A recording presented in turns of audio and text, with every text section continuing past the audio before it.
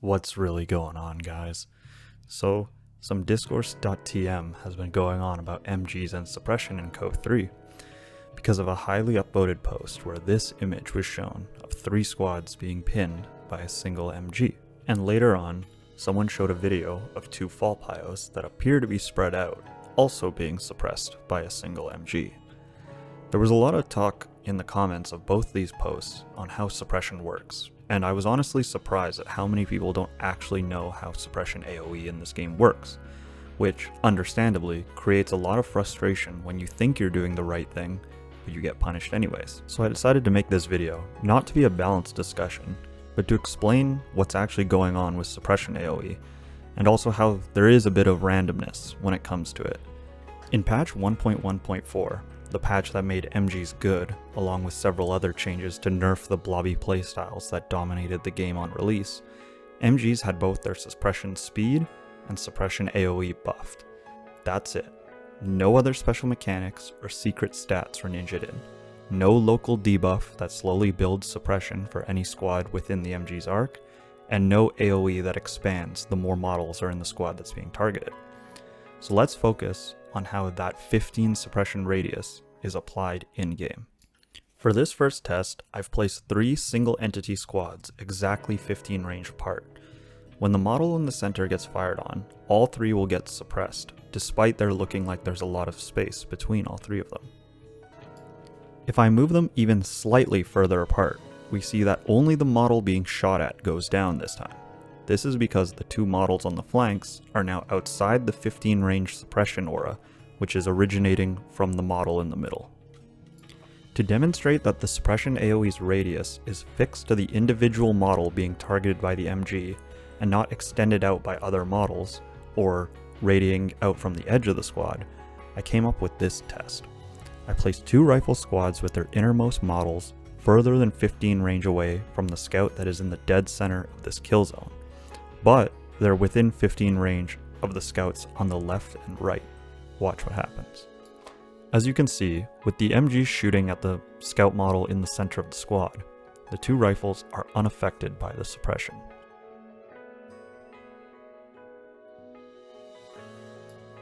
Now, when I delete the center scout model and the MG shifts its fire to the left, now the rifle squad on the left, which has its inner models within 15 range on the scout now being shot at, goes down.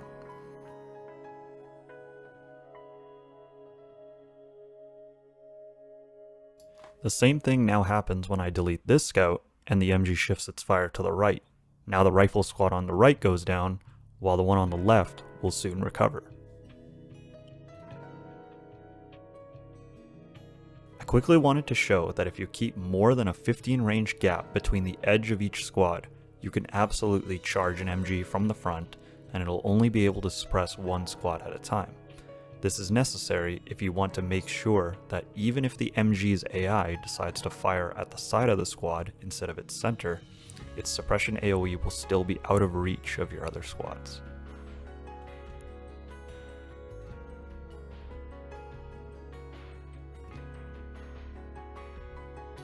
So, going back to this image, if you look at the engineer squad in the center, and we assume that this dead model is the guy who got shot first, and then you look at the models closest to him on the rifle squads, this model,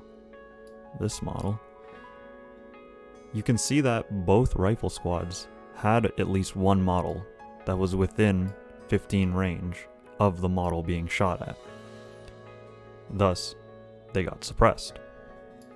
This is where the RNG I mentioned at the start comes into play when it comes to fighting MGs. Depending on which model an MG chooses to shoot at, the spot that the AOE is radiating out from will be different. In the example with the rifleman and the engineer squad, had the MG opened up on the left side of the engineer squad, then only the NGs and one of the rifle squads would have gone down, leaving the squad on the right still able to flank. And as we saw in the Falchion Pyro example, the way your squads move is another thing that's largely out of your control that will affect how you fight an MG. You might think your squads are spread out enough until one model has to go around a piece of terrain, or the squad itself decides to spread out more, which then extends one of their models into the suppression AOE, bringing the whole squad down. The only way to guarantee that two squads won't be caught in the same suppression AoE is to make sure that there is more than 15 range between the outer models on both squads. So how can Relic change this if we decide this is something that needs to be changed? How can the way suppression works be made so that it is both more visually understandable and consistent? Well, for me personally, I would bring back CoH3's style of suppression, with smaller AoEs, but your infantry now have the ability to keep a squad down with their small arms after the MG switches targets or stops shooting. However, as some of the comments on my first MG suppression video that I ever made showed me, this system isn't as universally preferred as I had thought it was. So what are some other solutions? Again, I didn't want this to be a balanced discussion, but if you're asking me, the first idea that comes to the top of my head would be, make it so that the AoE always radiates from the center of the squad, basically where the squad's flag icon is. That way, it's easier to judge how far your units need to be from each other to avoid being caught, and it removes the randomness of the AoE being placed around whichever model the MG decides to shoot. But if I'm being completely honest, I actually don't mind the way suppression currently works in CoH3. That is assuming CoH2's system has no chance of ever coming back. I think it's much better than what we had on release. I just think it has some issues with clarity, is all.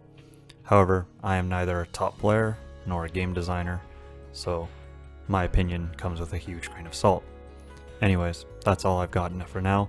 I could have gone into a little more detail, especially with how suppression interacts with things like green cover, but maybe that's a topic for another video. Anyways, thank you for your attention. See you guys whenever.